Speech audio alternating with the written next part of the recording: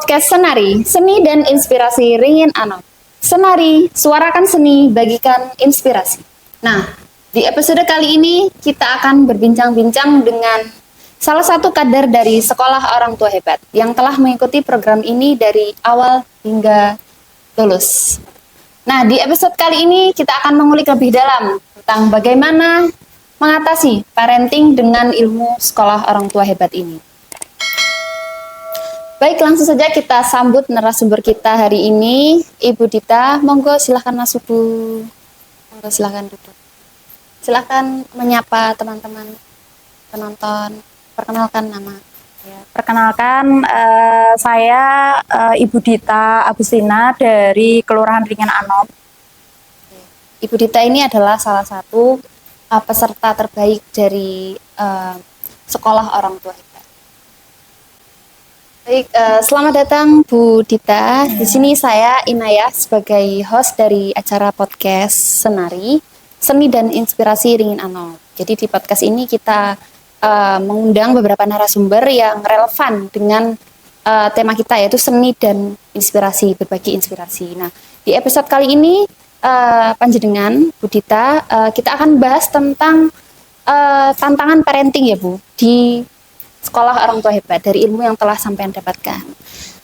Sebelumnya bagaimana Bu, panjenengan sehat nggih? Alhamdulillah sehat, Mbak. Lalu kesibukannya belakangan ini napa nggih? Kalau saya selain ngurus anak-anak, jualan angkringan. Jadi masak, untuk malamnya jualan. Jualan angkringan di mana Bu? Di itu depannya AU itu, Mbak. Di depannya di? Balai desa itu. Oh, perempatan kalau ke sana ke Kelenteng. Oh, ya pas perempatan. Sekitar niku. Iya. Baik, langsung saja Bu, kita bahas tentang tantangan parenting ini. Yang pertama, kita masuk ke pendahuluan dulu. Bisa ceritakan sedikit Bu tentang program Sekolah Orang Tua Hebat ini seperti apa pada penonton? Kalau untuk programnya sih membantu ya Mbak ya. Kita dari program SOTH itu kita bisa belajar lagi untuk mendidik anak, terus untuk cara mengasuh yang baik, pola makan dan sebagainya. Jadi sangat membantu gitu. Iya, sangat membantu. Lalu apa sih yang membuat panjenengan tertarik untuk ikut? Kalau saya tertarik untuk ikut ini kan karena di situ kan juga disediakan bidan ya, jadi kita bisa konsultasi di situ, terus juga bisa berbagi ilmu juga sama ibu-ibu yang lainnya. Baik. Berarti ada tenaga kesehatannya nggak di sana? Ada. Lalu untuk rangkaian kegiatannya niku seperti apa Bu? Untuk rangkaian kegiatan SOTH itu di situ ada pelatihan. Selain ada pelatihan juga ada konsultasi. Terus yang terakhir itu juga ada wisudanya, Mbak. Oh, wisudanya. Ya, wisuda itu. Kalau boleh tahu pelatihan itu pelatihan apa ya, Bu? Pelatihan itu kayak pelatihan cara mengasuh anak dengan baik, parenting itu, terus pelatihan pola hidup sehat, pelatihan untuk orang tua, cara mengasuh. Jadi nggak cuma orang tua aja, nggak cuma ibu aja, suami juga harus ada perannya juga. Ikut, ya. Banyak Mbak pelatihan. Jadi banyak ya pelatihan di dalam situ. Terus selanjutnya tentang tantangan parenting terbesar yang Ibu alami sebelum mengikuti program ini apa? Kalau sebelum mengikuti program ini kan saya kan kebetulan anak 3 ya Mbak, dan itu kan jaraknya berdekatan semua. Nah itu anak-anak itu pola tidurnya yang kurang, apalagi tidur malam, itu anak-anak itu tidurnya malam-malam. Oh, berarti kayak kurang teratur gitu kurang teratur, jadi itu biasa tidur di atas jam 9. Atas jam 9. Biasa itu sampai terkadang itu ayahnya tutup warung baru anak-anak tidur. Tutup warungnya jam berapa Bu? Nggak tentu, kadang jam 1. Berarti sampai dini hari gitu? Iya. Berarti di tantangannya di pola tidur nih. Pola tidur. Selanjutnya pandangan panjenengan mengenai pola asuh sebelum dan sesudah, apakah ada perbedaan?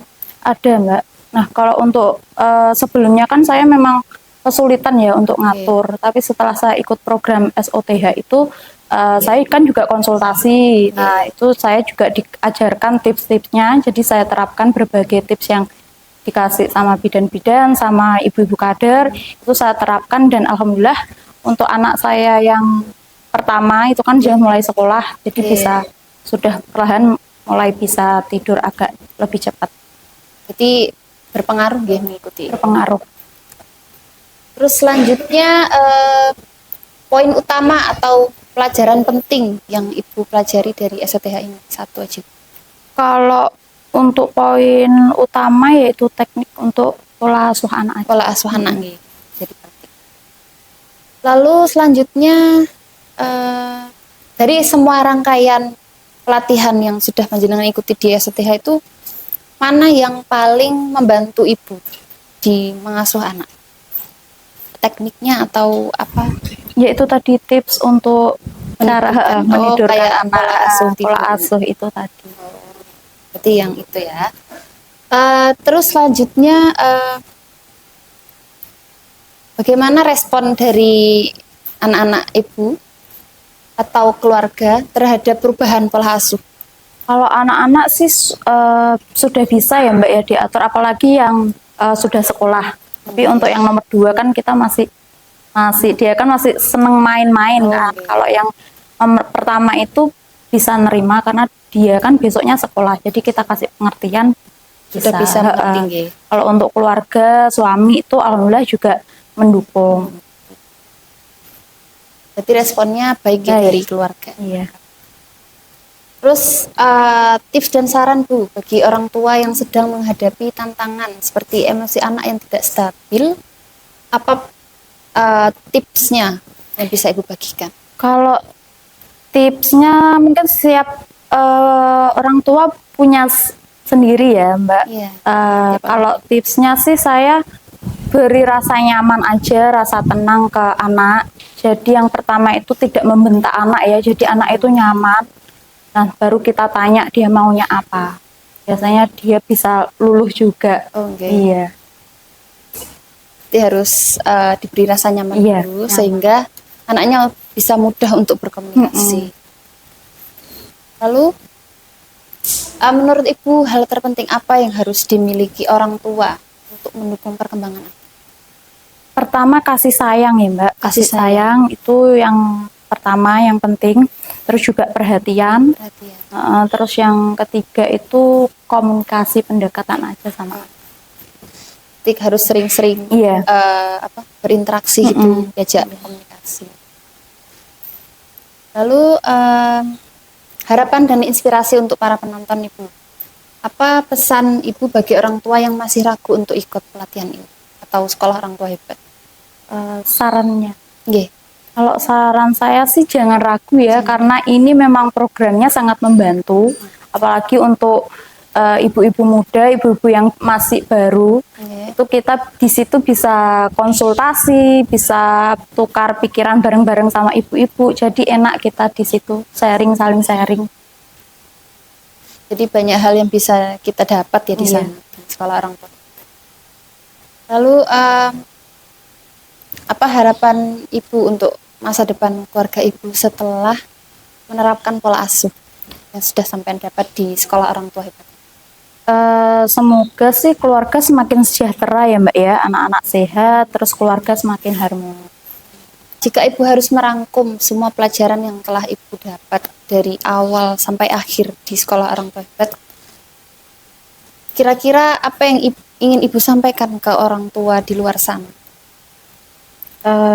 Usahakan saja untuk jadi ibu yang tetap waras ya, karena kan namanya anak-anak ya Mbak ya, terus jadi istri yang bahagia agar rumah tangga kita juga semakin sejahtera, harmonis.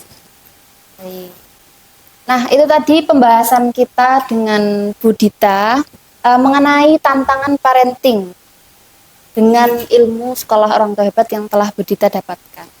Terima kasih ya Bu telah bergabung di podcast kita kali ini yang bahas tentang bagaimana sih kita mengatasi tantangan parenting di era sekarang itu dengan ilmu yang telah didapatkan dari sekolah orang tua hebat. Semoga apa yang sudah Ibu Dita sampaikan bisa bermanfaat bagi para penonton semuanya bisa membantu para orang tua, ayah dan bunda dalam mendidik buah hatinya dengan lebih tenang dan percaya diri. Jangan lupa untuk terus belajar dan berbagi menjadi orang tua yang hebat. Sampai jumpa di episode selanjutnya. Tetap semangat dan wassalamualaikum warahmatullahi wabarakatuh. Sampai jumpa lagi.